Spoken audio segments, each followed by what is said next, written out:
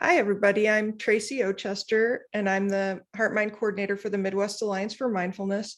And I'm here with Pam Hausner, who's a teacher for MAM as well. Hi, Pam. It's good to see you.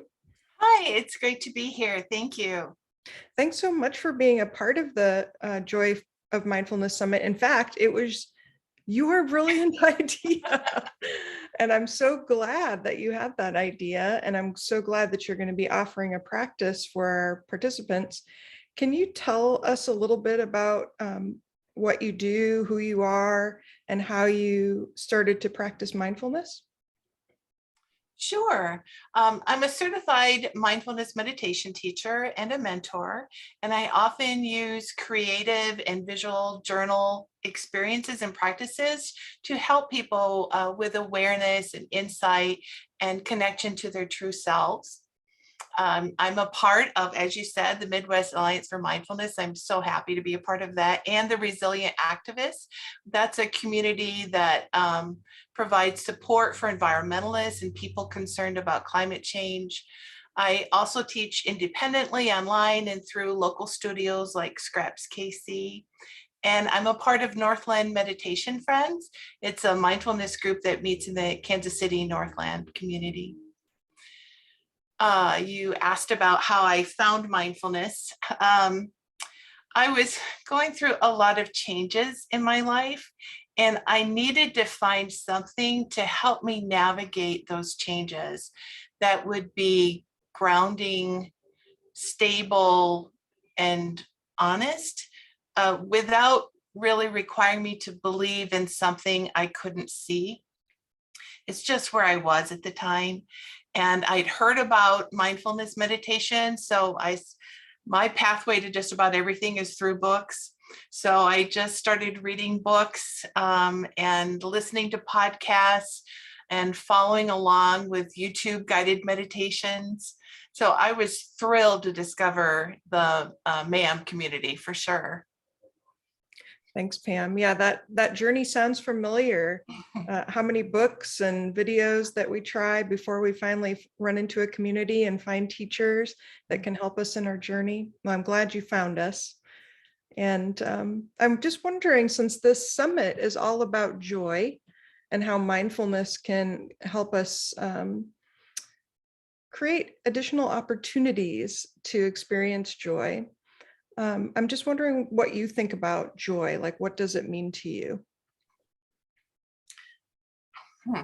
So that is a tricky question because it's not like, you can like a flower and a tree, you can look at them, you can tell the difference. But then just to describe it with words, well, it's rooted in the ground and it grows up and it spreads out. It's hard to do that.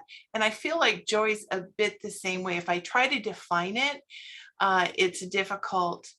But I think first it might be helpful if I explained what spirituality means to me.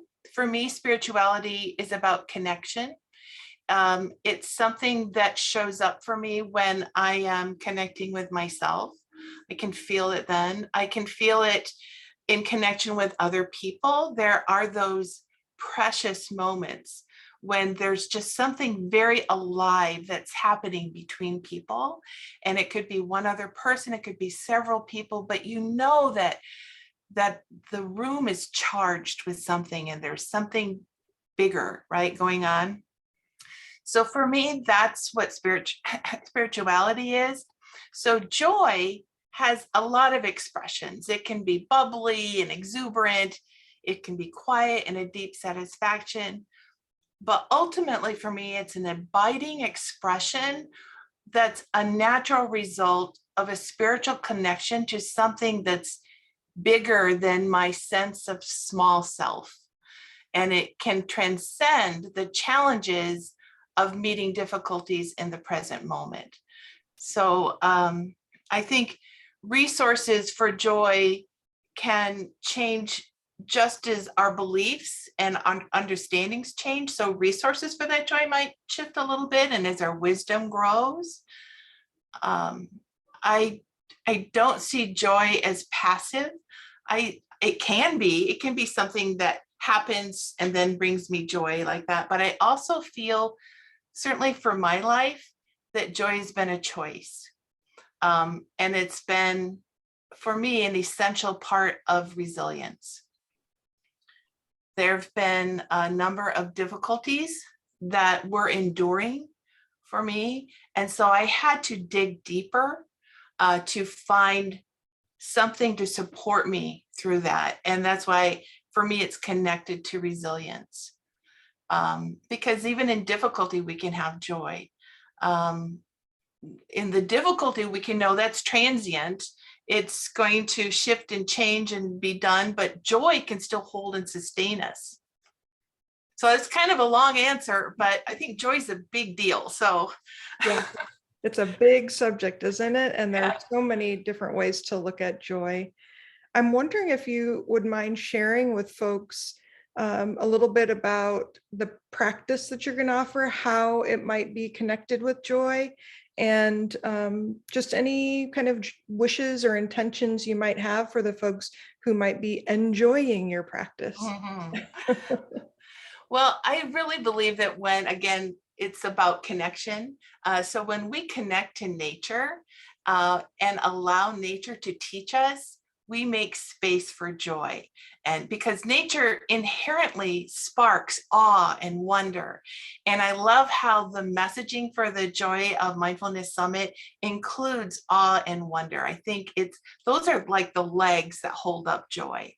And when we hold it in openness that comes from on wonder, it often finds its path back to our minds through creativity.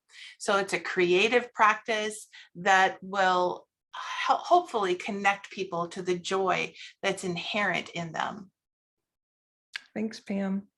Well, I'm Thank glad that you could join me today, and I look forward to watching your practice and participating. you. Thank you.